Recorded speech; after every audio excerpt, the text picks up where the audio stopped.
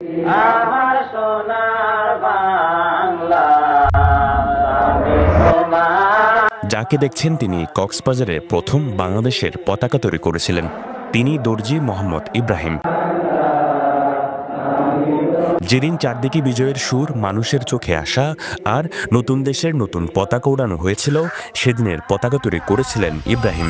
মোহাম্মদ ইব্রাহিম হলিবা আম্মাম। আমি কক্সবাজার 1971 মধ্যে পতাকা ছিলাম।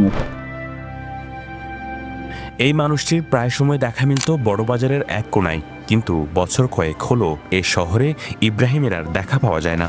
তবে কোথায় আছে, কেমন আছেন ইব্রাহিম, সেই খবর জানতে আমরা ছুটে যাই তার কাছে। কক্সবাজারের মুক্তদিনের প্রথম সূর্যোদয়, সেদিন উজ্জ্বল সকালটা আজও ফিরে আসে স্মৃতির জানালায়। সেদিন সেলাই মেশিনে হুইল ঘুরতে ঘুরতে তিনি যেন সেলাই করছিলেন স্বপ্ন, স্বাধীনতার রং আর ভবিষ্যতের আশা। নামের প্রচার চাননি, সম্মান চাননি, চেয়েছিলেন শুধু দেশের জন্য কিছু করতে। অসুস্থতা আর পরিবারের ভারে বছরখানেক আগে তিনি চলে গেছেন লোহাগাড়ার বড় হাতিয়া নিজের গ্রামে। দর্জি পেশা ছেড়ে এখন তার সময় কাটে বাড়ির উঠোনে চাষ করে। আমরা সেখানে গিয়ে সেদিন পতাকা কারা বানাতে এসেছিল এবং সেই দিনটি কেমন ছিল জানতে চাই। আমরা যতটুকু জানি, স্বাধীন বাংলাদেশের কক্সবাজারের প্রথম পতাকা আপনি বানিয়েছিলেন। হ্যাঁ, আমি বানাইছিলাম। আচ্ছা, এই পতাকাটা কারা আপনাকে বানাতে দিয়েছিল? আমার কাছে আসছিল 7-8-10 জন মুক্তিযোদ্ধা আসছিল। সেখানে আমার বেশি জনের মনে ছিল না, আমি ছোট ছিলাম। আমরা সেই সময় আমার মুজার মাস্টারের ছেলে মঞ্জুর আমার মনে আছে, তারপর হইলো কালো করে মোহাম্মদ আলী, এরা কয়েকজন আসছিল। সবার ফোন তো আমার মনে থাকার কথা নয়, কারণ মনে অনেক দিন হয়েছে এটা, মানে দু একজনের নাম আমার মনে। এরা আমার সাথে আরো পরে যোগাযোগ করছিল।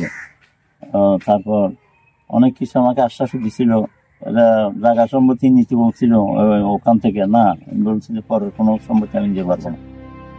মাত্র 2 ঘন্টা সময়ে লাল সবুজের পতাকা তৈরি করেছিলেন ইব্রাহিম। তিনি বলছেন, কক্সবাজারের প্রথম পতাকা টাঙানো হয়েছিল ডিসি কোর্টের উপরে। পতাকাটা বানাতে আপনার কতক্ষণ লাগছে? না, 2-3 ঘন্টা সময় হবে।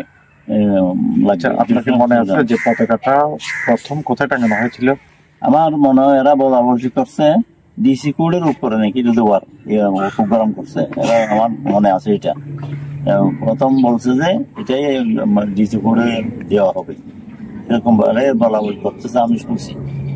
আচ্ছা, স্বাধীন বাংলাদেশের একটি প্রথম পতাকা কক্সবাজার আপনি নির্মাণ করেছেন, তখন আপনার অনুভূতিটা কেমন ছিল? আমার অনুভূতি ছিল আমি দেশের জন্য, দেশ স্বাধীন হওয়ার জন্য আমার অনুভূতি ছিল। স্বাধীনতার 54 বছরেও রাষ্ট্র নেয়নি ইব্রাহিমের খবর। শারীরিক অসুস্থতায় তার নিত্যদিন কাটছে। অভাবের সংসারে টানাপোড়েনে খুব একটা ভালো নেই ইব্রাহিম। বর্তমানে আপনার দিনকাল কেমন যাচ্ছে? কিভাবে সময় কাটাচ্ছেন?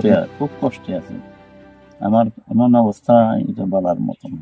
আমি অসুস্থ, আমার পরিবারও অসুস্থ। আমরা খুব ডায়াবেটিস আছে, আমার হার্টের রোগ আছে, আমার অনেক রোগ, আর আমার পরিবারও অবস্থা খুব কষ্টে। সরকারের পক্ষ থেকে কোনো সহযোগিতা পেয়েছে? না না না, কিছু না। একটা মেশিন দিছিল বলে, ইয়ার মধ্যে কতগুলি মেশিন দেয় না গরিব জনদেরকে, এরকম একটা মেশিন দিয়ে। মানুষ হয়তো ভুলে গেছে তার নাম, কিন্তু ইতিহাসের পাতায় তিনি এখনও জ্বলজ্বল করে। স্বাধীনতার প্রথম আলোয় যে পতাকা উঠছিল কক্সবাজারের আকাশে, তার প্রতিটি সেলাতে ছিল ইব্রাহিমের ভালোবাসা। শেহাব আবরার, পেনোয়া নিউজ।